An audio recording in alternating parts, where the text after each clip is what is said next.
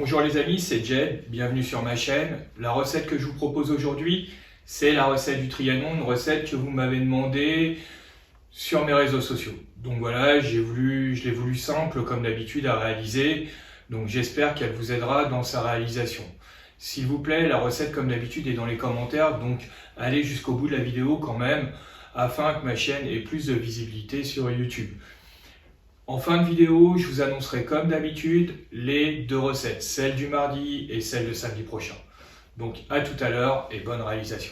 Donc le Trianon est composé de 3 préparations culinaires différentes. Donc nous allons commencer donc par la dacquoise, pour continuer par le croustillant praliné et pour terminer avec la mousse au chocolat. Donc pour la dacquoise, il nous faudra les ingrédients suivants. 50 g de poudre d'amande et 50 g de poudre de noisette que j'ai mélangé ensemble. Alors, vous verrez dans certaines recettes, il y a 50 g, il y a 60 ou 70 g de poudre d'amande uniquement, ou alors de la poudre de noisette. Moi, j'ai voulu mélanger les deux parce que dans le praliné, il y aura un peu de poudre de noisette et ça rappellera cette saveur. 100 g de sucre glace. Il nous faudra donc 3 blancs d'œufs, une pincée de sel fin pour monter les blancs en neige. Et il nous faudra aussi donc un peu de beurre et un peu de farine pour chemiser le moule à gâteau. Dans certaines recettes, vous verrez de l'addition de farine ou de maïzena, mais dans la recette classique, vous n'avez ni l'un ni l'autre. C'est pour ça que je suis parti sur la recette classique de la dacquoise. Donc voilà, j'ai séparé les blancs de mes jaunes. J'ai mis les blancs dans le bol du robot, j'ai mis ma pincée de sel et je vais commencer à monter mes blancs. Il faut qu'ils soient vraiment bien fermes. En fin de montage de mes blancs, je vais les serrer avec mes 30 g de sucre semoule. Donc voilà, mes blancs d'œufs sont montés, et afin de les serrer, je vais mettre mon sucre semoule, voilà, et je remonte à vitesse supérieure. Donc le temps que mes blancs montent en neige, j'ai préchauffé mon four à 180 degrés chaleur tournante et j'ai chemisé mon moule à gâteau de beurre et de farine. Donc la petite astuce pour voir si nos blancs sont bien montés. Donc on retourne le bol, vous pouvez voir, et voilà, donc rien ne tombe, donc les blancs sont bien montés. Donc dans le saladier, j'ai mis ma poudre d'amande, ma poudre de noisette et mon sucre glace et je vais bien mélanger le tout. Voilà, il faut que ça soit bien mélangé avant de l'incorporer délicatement, tout le temps avec ma maryse au blanc en neige. Donc une fois que c'est bien mélangé, je vais incorporer donc en plusieurs fois, délicatement, en 3 fois, délicatement à mes blancs. Il faut surtout faire ça délicatement pour pas que les blancs ne retombent. Donc voilà, je vais le faire en 3 fois. Donc voilà, toujours avec ma maryse. Je vais mettre dans mon moule à gâteau.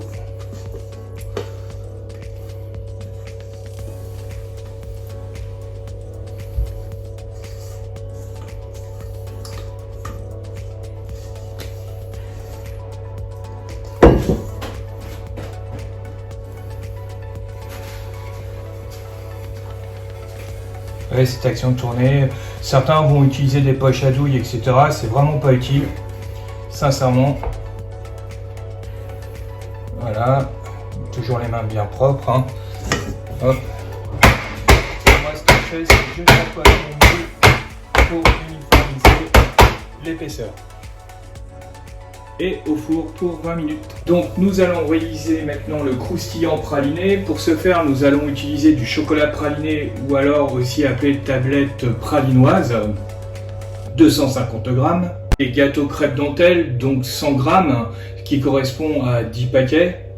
Pour terminer, il nous faudra du pralin, 50 g. Donc c'est parti pour le début de la réalisation du croustillant praliné. Donc en fait nous allons faire fondre le chocolat donc au micro-ondes pour ma part. Donc je le mets au micro-ondes pendant 1 minute 30 à 450 watts et si c'est pas assez fondu, je remets un petit peu. Pendant que le chocolat est en train de fondre, je vais écraser mes dentelles. Donc au départ je fais avec mes doigts et après au final je ferai avec la cuillère à soupe pour terminer. D'accord? Donc voilà. Il faut vraiment que ça soit bien cassé.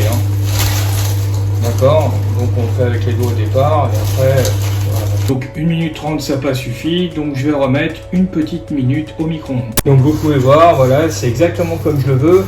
Donc vous voyez, j'ai écrasé aussi avec mes mains, et ce qui fait que j'ai la texture que je veux. Alors certains vont dire oui, avec les mains, c'est de la cuisine. La cuisine est un métier manuel, donc, et en plus on cuisine, on se lave au moins 10 fois les mains pendant une recette. Donc il n'y a aucun souci là-dessus.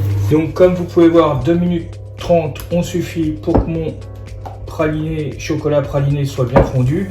Maintenant, je vais intégrer mes crêpes dentelle et je vais bien remuer. Et pour terminer, je vais incorporer mon pralin également et je vais bien remuer aussi pour que tout soit bien mélangé. Et ça, c'est ce qui fera notre croustillant du Trianon. C'est le petit must du Trianon en fait. Voilà. Vous voyez, là on est nickel, tout est bien mélangé. Et après, nous n'aurons plus qu'à le mettre sur la dacquoise. Donc afin de regarder si notre dacquoise est cuite, donc là nous sommes à 20 minutes de cuisson. Donc vous pouvez voir, le couteau est sec, donc c'est cuit. Donc là un moment important, donc je vais démouler ma dacquoise. Donc qu'est-ce que je fais? Je passe un couteau tout autour du moule. Vous allez voir, le moule sort. Si vous prenez un moule à gâteau, ben, il suffit de démouler classiquement. Hein. Voilà. Et après, ce que je vais faire, je vais prendre la dacquoise. Donc voilà, je vais remettre mon moule à gâteau, mon cercle à gâteau que j'ai nettoyé. C'est pour ça que c'est important de prendre un cercle à gâteau. Et vous voyez, donc il y a une petite différence entre la dacquoise et le moule à gâteau. C'est normal, ça rétrécit un petit peu. Donc après, quand je vais mettre mon croustillant praliné, je bougerai mon moule à gâteau afin de pouvoir faire mes bords. Voilà, c'est pour ça que je reprends le cercle à gâteau. Donc comme vous pouvez voir, avec ma cuillère, je mets un peu partout et j'étalerai. Voilà, vous voyez, j'étale. C'est ce qui fera le croustillant donc sur mon bord de gâteau. Voilà. Voilà, comme vous pouvez le voir, c'est uniforme et donc je vais mettre mon appareil au frais le temps que je fasse ma mousse au chocolat. Afin de réaliser la recette de la mousse au chocolat, donc il nous faudra 280 g de chocolat noir et 40 centilitres de crème fleurette, ce qui correspond à une petite bouteille comme ceci. Alors vous allez me dire, mais Jed, la dernière fois qu'il nous a fait une mousse au chocolat sur sa chaîne, c'était avec des œufs et non de la crème fraîche. Pourquoi là je fais avec de la crème fleurette? C'est parce que je veux que la mousse au chocolat soit bien ferme. Donc c'est la raison pour laquelle je mets de la crème fleurette et non des œufs. Donc c'est parti, je vais mettre mon chocolat à fondre au micro-ondes. Hein, comme je dis habituellement, certains vont le faire au bain-marie, mais maintenant micro-ondes à 450 et là je vais le mettre à peu près 2 minutes et je verrai après ce que cela donne. Pendant que le chocolat est à fondre, j'ai mis ma crème fleurette dans mon robot, donc où le bol est bien froid et la crème fleurette bien froide aussi, et je vais monter ma crème fleurette en chantilly. Donc c'est comme les blancs d'œufs, hein, vous pouvez voir là, hop, elle tient, donc la crème fleurette est montée en chantilly. Je vais la mettre au frais le temps de finir de faire fondre mon chocolat, et le chocolat de toute façon il faudra qu'il soit relativement froid pour l'incorporer à la crème chantilly, sinon celle-ci va tomber. Donc mon chocolat est fondu et donc comme je veux pas qu'il soit chaud pour mélanger avec ma crème fouettée, donc qu'est-ce que je vais faire? Je vais mettre mon chocolat dans un saladier froid. Donc et maintenant je vais mettre mon saladier une dizaine de minutes au frais, ça suffira largement pour incorporer ma crème chantilly. Donc voilà, notre chocolat est froid, donc nous allons incorporer délicatement notre crème chantilly avec le chocolat. Voilà.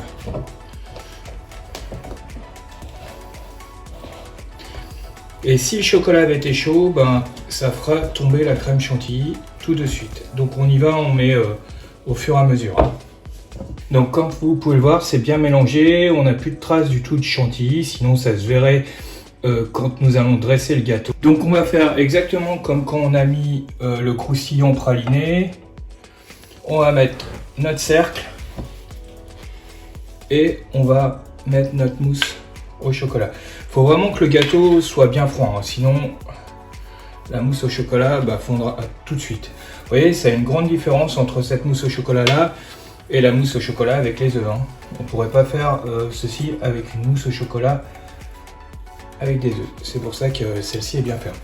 Le gâteau va reposer toute la nuit. C'est l'idéal de le faire la veille pour le lendemain. Et nous finirons le décor une fois que le décor et la mousse aura bien pris sur le gâteau.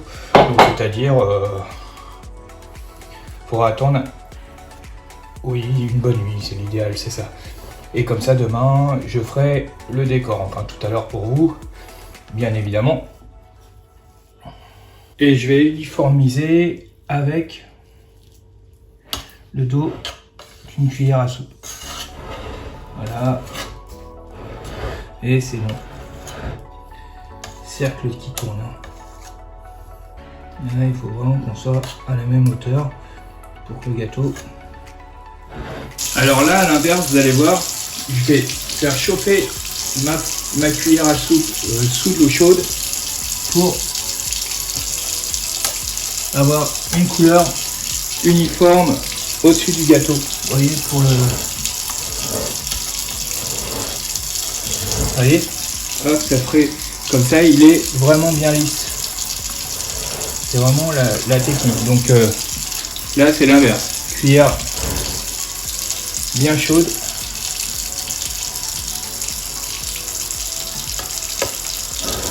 Ça, c'est la petite astuce aussi pour avoir un trianon bien lisse.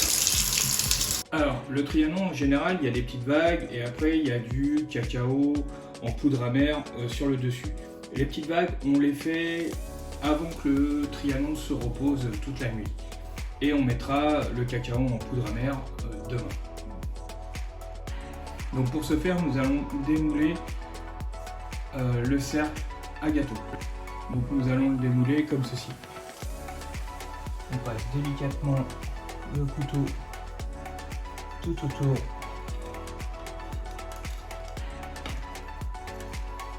du gâteau et voilà.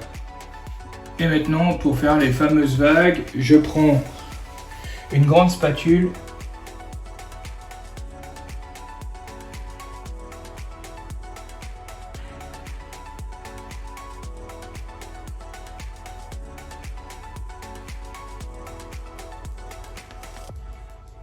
voilà, et je fais mes vagues. Et le temps que le gâteau se repose, qu'est-ce que je fais? Je remets le cercle à gâteau autour pour éviter donc que la mousse au chocolat ne se détende pendant la nuit. Donc nous allons commencer par enlever le cercle. Donc comme hier, nous passons avec le couteau autour du cercle à gâteau. Voilà, rapidement. Voilà, ainsi. Donc, et ensuite, nous allons prendre le cacao en poudre amère que nous allons mettre dans notre passoire et nous allons tapoter ainsi. Voilà. Le trianon, c'est uniquement cette décoration-là. Après, vous pouvez mettre peut-être une petite cigarette en gâteau, mais moi, je fais vraiment succinctement.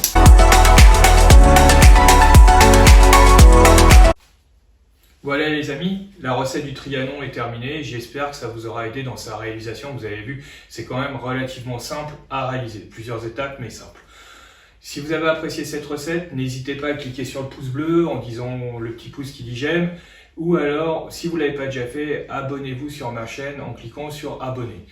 Aussi, n'hésitez pas à me laisser des commentaires afin d'évoluer la chaîne. Cette chaîne, c'est la vôtre, c'est pour vous. Voilà, le but c'est vraiment de simplifier afin que la cuisine soit simple pour vous et réaliser des recettes que vous n'auriez pas pu réaliser précédemment. Les deux recettes de la semaine prochaine. La recette du mardi, c'est une continuité de la recette de mardi dernier. C'est la crème de caramel au beurre salé. Donc vous verrez, et comme ça nous permettra de faire le financier aux pépites de caramel comme je vous l'avais annoncé. Et la recette de samedi, c'est une recette de saison, c'est le velouté de potiron. Donc une soupe de potiron, vous verrez, très simple aussi à réaliser, mais excellemment goûteuse. Donc à très vite, à bientôt, merci de me suivre, c'était Jen.